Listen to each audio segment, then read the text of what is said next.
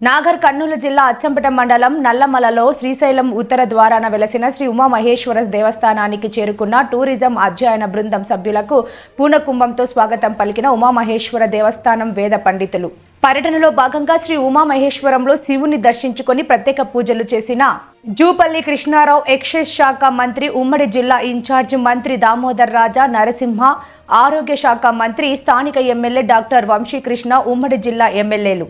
ఉమామహేశ్వర అభివృద్ధి కోసం 50 లక్షలు మంజూరు చేస్తున్నట్టు మంత్రి జూపల్లి కృష్ణారావు వెల్లడించారు. ఈ రోజు నల్లమల్ల అడవిలో పర్యటించి అక్కడ దేవాలయాలు ఉన్నాయో గుర్తించి అవసరమైన చోట పర్యాటక కేంద్రంగా డెవలప్మెంట్ చేసే విధంగా నిర్మాణాలు చేపడతామని ఆయన తెలిపారు. రాబోయే కాలంలో నల్లమల్లని మరింత పర్యాటక కేంద్రంగా అభివృద్ధి చేయడానికి మా వంతు ప్రయత్నం చేస్తామని ఆయన తెలిపారు. శ్రీ ఉమామహేశ్వర దేవస్థానం మరింత డెవలప్మెంట్ కావడానికి హైదరాబాద్ శ్రీశైలం రహదారిపై నేమ్ బోర్డు ఏర్పాటు చేస్తామని తెలియజేశారు. శ్రీ ఉమామహేశ్వరం తెలంగాణకు మినీ ఊటీగా పరిగణించవచ్చని ఆనందాన్ని వ్యక్తం చేశారు.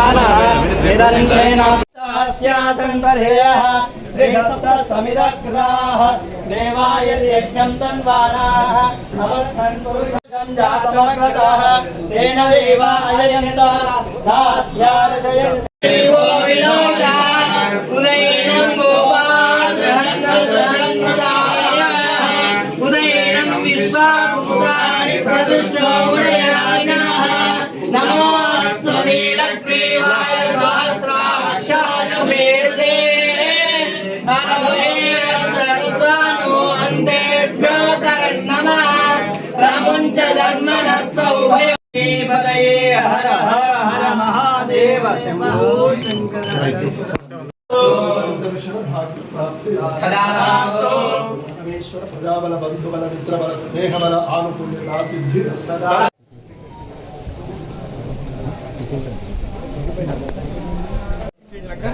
చూడండి.